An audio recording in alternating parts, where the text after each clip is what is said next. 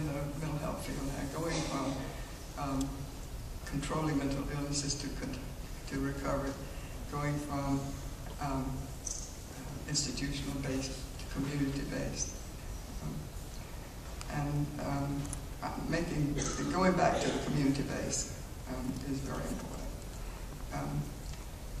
And the Rosalyn Carter Institute for Caregiving at Georgia Southwestern, which I mentioned already, has spent the last 25 years supporting families in caregiving roles, and with a great contribution and support of Johnson & Johnson, we're developing a signature program in caregiving that focuses on returning veterans and their families. Even in our poor, mostly rural state, everyone recognizes that the best way to provide care is at community level. Finally, we're beginning to return to the promise of President John F. Kennedy's Mental Retardation Facilities and Community Mental Health Construction Act of 1963. Well, I'm encouraged.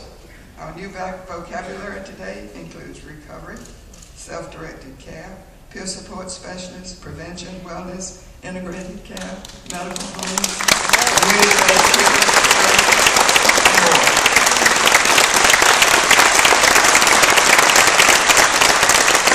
And with these kinds of initiatives, we are bound to make life better for those we care about. Thank you very much.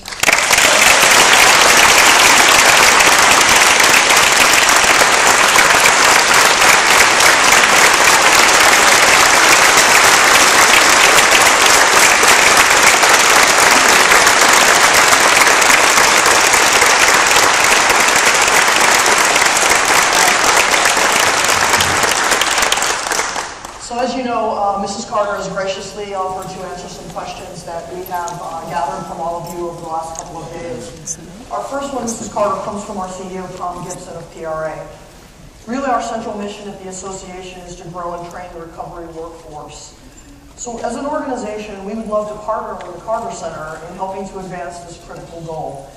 How do you think we might best accomplish this? I think we would welcome it. All they have to do is come and maybe, well, let's say, come to see us probably, but it would be great to have you as partners. I would like it very much.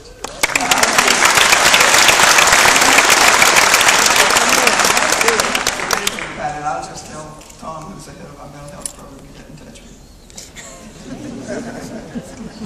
you. We have another question from Deborah Chandler from DeKalb Community Support Board here in Atlanta, Georgia. One of the big challenges for those of us working in recovery and in the workforce of mental health in general is the compensation that lags far behind our peers in other sectors of the healthcare profession. This appears to be at least in part because insurance and payments don't, in the system, value mental health as highly as other types of physical health. Do you have any suggestions for ways in which we in the recovery workforce don't have to take a vow of poverty to serve our profession?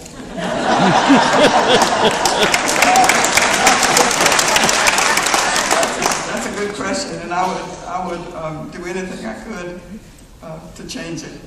But it is a huge problem because people go through so much. They pay for that education, and then when they graduate or become, I don't know what you become, become qualified, then the pay is so low. When we had the President Commission on Mental Health, we had incentives for people to go into the mental health field. That was one thing. That legislation, for instance, was never implemented. It was put on the shelf by the following president, which distressed me very much, but it was never implemented. But we had some provision for that and for increasing the salaries for them. One reason to get them into the mental health profession. So I don't know what can be done about it, but hopefully as mental health problems become, well, as I said, CDC, I think legitimizes them. If they include them with other illnesses, maybe that will happen some way. I don't know.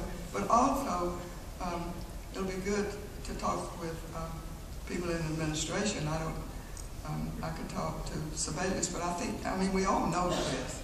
We all know it, and what to do about it, I really don't know, but I could talk to a few people.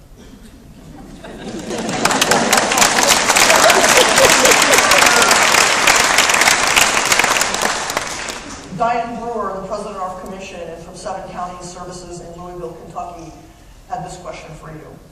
What is your favorite memory of your years in the White House?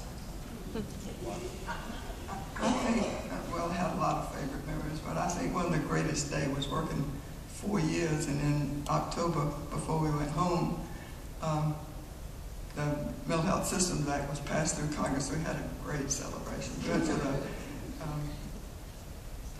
went up to the top of the White House in a room and had a cake and champagne.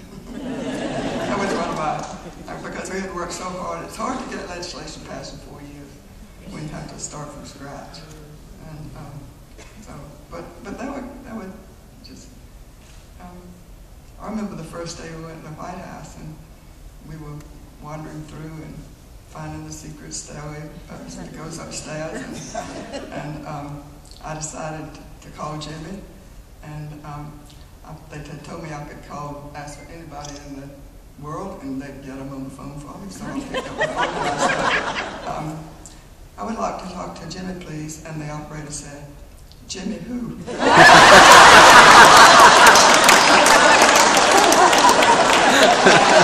was really hard for me to call him president. But then I went over, and that same day I went over, and there he was sitting behind the desk in the Oval Office.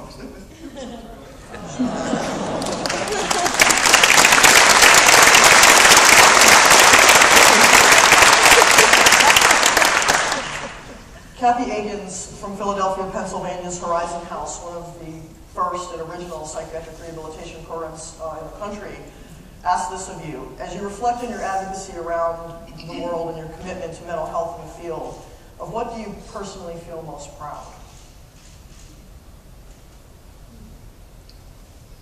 Well, I think recovery, the knowledge that people with mental illness can recover is the greatest thing. The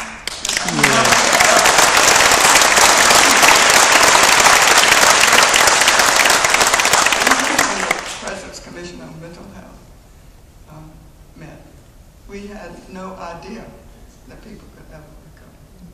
I mean, it was a long, but you know, we had this woman, I did know her name. She wrote a book called On Our Own. She had a bad situation. Judy Chamberlain. Judy, okay. And she came and testified before our public, before our committee. Two of the people that were in those early discussions with her, because people started getting in touch with her, I'm sure you know about that, all about that, getting in touch with her and wanting and agreeing with her, and she started having meetings.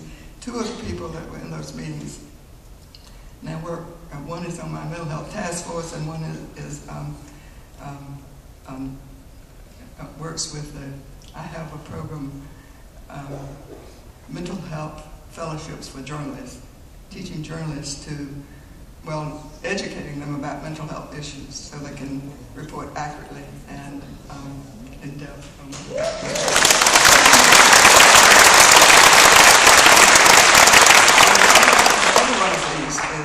Advisor to the government. We put an advisor, a well-known, well-educated, good mental health person as an advisor to each journalist. We've had over, I think we've had 130 go through that program now. And I have also have done that, have expanded that program to South Africa and New Zealand and Romania.